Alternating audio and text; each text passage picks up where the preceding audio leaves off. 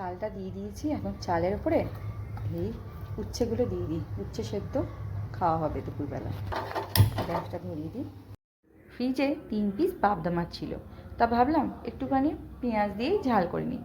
তাই এখন পাবদা মাছের ঝালটা হচ্ছে আর ওদিকে ভাতটাও কিন্তু হচ্ছে। এই যে এখন ঢেলে রাখবো। তারপরে আমি এখানে কড়ার মধ্যে এটাকে একটা অন্য কড়ার মধ্যে তেলে সর্ষের তেলে দিয়ে দিয়েছি জিরে তেজপাতা ফোড়ন। এখন আলুগুলোর মধ্যে একটুখানি হলুদ মাখিয়ে নিয়ে এখন দিয়ে একদম লাল লাল করে একটু ভেজে নেব। তারপর এখানে আমি একটা মিক্সার গ্রাইন্ডারে মশলা করে রেখেছি। মশলার মধ্যে পেঁয়াজ, আদা, রসুন এগুলো দেওয়া আছে।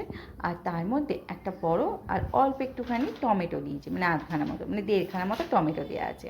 আর পেঁয়াজ দিয়েছি 4খানা মতো। আর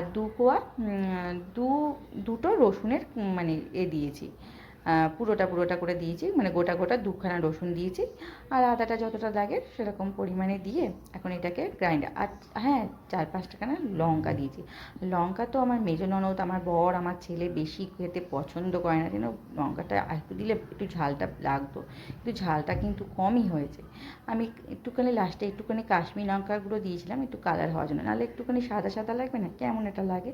যাই হোক, দেখুনই সুন্দরী তো একটু হতে হবে। তাই এখন এরপরে মশলাটা কিন্তু ঢেলে নিলাম। ঢেলে নিয়ে ভালো করে নরম করে একদম কষিয়ে নিতে হবে।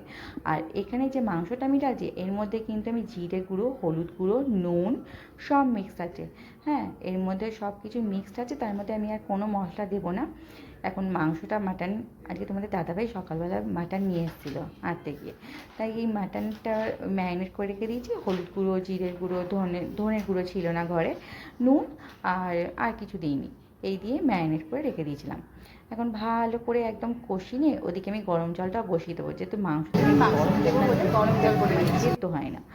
যাই হোক, এখন ভালো করে কষানোর পরে কিন্তু আমি গরম জল দিয়ে একবার প্রেশারে দিয়ে দিয়েছি। তারপর ভাজা আলুগুলোকে এখন প্রেশারের মধ্যে দিয়ে 5-6টা সিটি মারবো। আর সত্যি কথা বলতে কি, আর একটু সিটি মারলে মনে হয় ভালো হতো, মাংসটা আর একটু হতো গো।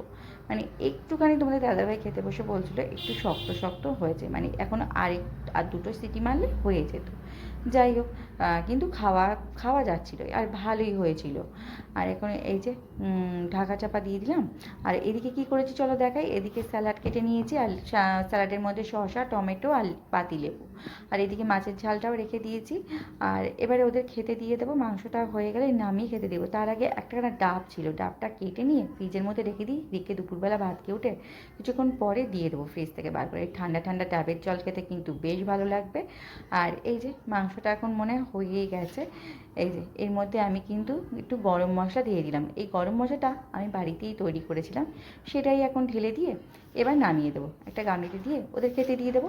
আর রাত্রিবেলা মানে এই মাংস দিয়ে কিন্তু রাত্রিবেলা রুটি খেতে বেশ ভালো লাগবে।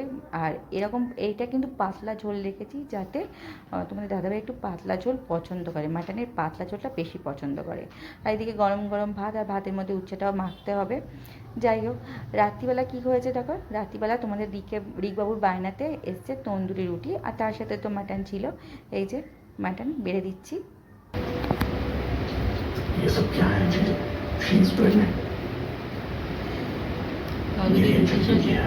এরকম মাটন ভালোই লাগে খেতে।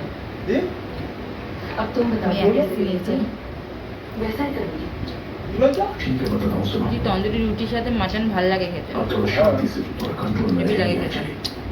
मैं भले ही गलती करूँ पर मेरी अंजलि कभी गलती नहीं करती। तो वो ये अंजलि बनी रहो। मैं बदल गई तो मैं तुमसे प्यार करना छोड़ दूंगा। आज रिक बायना कर लो, तंदूरी রুটি বাবা নিয়ে এলো।